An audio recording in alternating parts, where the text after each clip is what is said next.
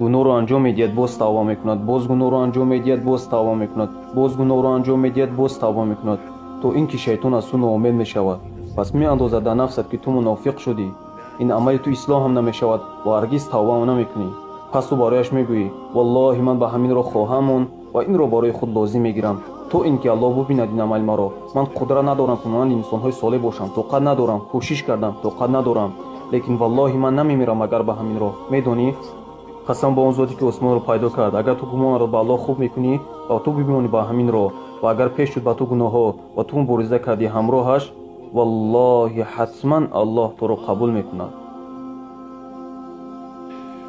ин фикрро дур кун ки ман гунаҳкор ҳастам, ман хатокор ҳастам, ман нофармон ҳастам. ӯ бахшанда аст, ӯ раҳмкунанда аст, ӯ кифояткунанда аст.